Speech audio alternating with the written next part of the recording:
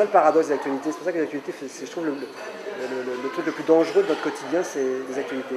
5 minutes de France 2 d'actualité, vous avez le cafard pour toute la journée, parce que soit c'est des catastrophes, vous ne pouvez rien y faire, et vous ne pouvez pas même pas aider, rien, mais vous vous sentez coupable d'être en bonne santé, d'avoir un travail et de bien manger, donc vous vous sentez coupable, ou alors on vous lance des choses absolument terrifiantes, ou un futur dévastateur. Vous voyez, donc, et ça, je trouve que c'est un vrai poison, ça frilorise les gens beaucoup. On cherche à expliquer.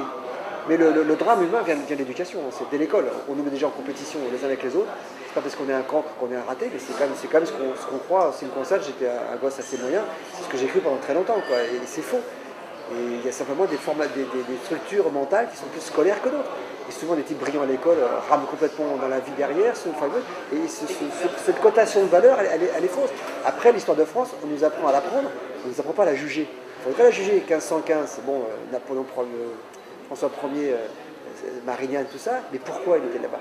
Quel besoin poussait ce mec à aller faire tuer des hommes pour aller piller, je ne sais quoi? C'est ça qu'il faudrait raconter aux gamins, leur expliquer. De même qu'un corps humain qui fonctionne, il faudrait raconter aux gamins. Un gosse qui court dans la cour de récréation, je suis sûr qu'il serait intéressé de savoir comment ça fonctionne. Mais on leur fait faire calcul mental, la récitation, le machin, on les formate pour un système dans l'espoir de les rendre productifs. Ou on les transforme en vaches à lait, consommateurs, ou on les rend en prédateurs. Industriels. C'est vrai, les meilleurs deviennent des prédateurs. L'immense majorité devient des vaches à lait, des consommateurs. Tous les erreurs viennent là. Ouais, j'ai un petit gars, ouais. Je dis ça, j'arrive pas à l'éduquer avec tout le monde. Hein. C'est beau, il s'en fout complètement, il est dans ses jeux vidéo, machin, il lit pas un bouquin, c'est une catastrophe. Mais je pense que ça vient de là, il a 16 ans. Et je pense que ça vient de là, vraiment.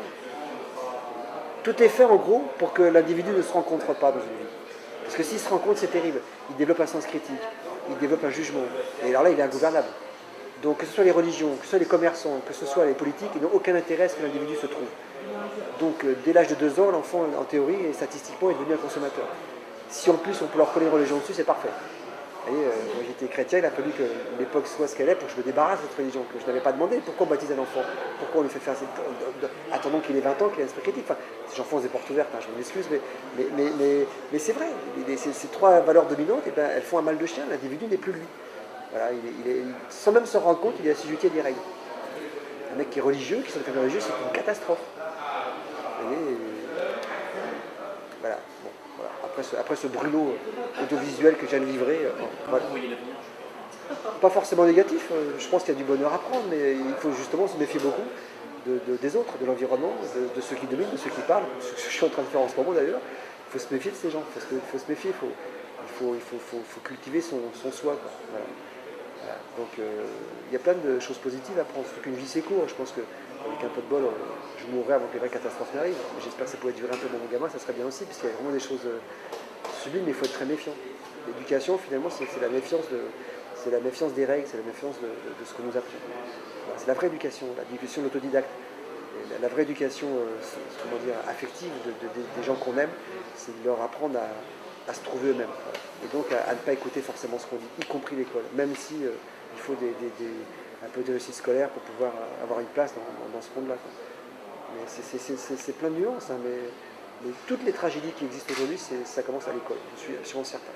Il y a un bouquin de Laborie qui s'appelle L'éloge de la fuite, parce qu'il y a ce gars qui a un manifeste sur le comportement humain qui est extraordinaire.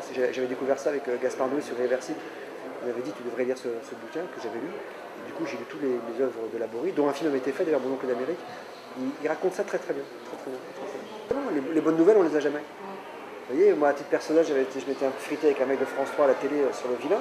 On a parlé que de ça. Le mec m'a fait revenir 15 jours après pour refaire l'émission avec lui en direct après avoir vu le film. Personne n'en a parlé. Ils s'en foutent. Ce qui les intéresse, c'est que les mecs qui se cassent la gueule. C'est rigolo, hein. Et effectivement, les informations, c'est une mise en scène d'une drame permanente. Puis permanent, hein, quand vous avez le câble, vous avez les chaînes de câble LCI, machin, etc. C'est permanent.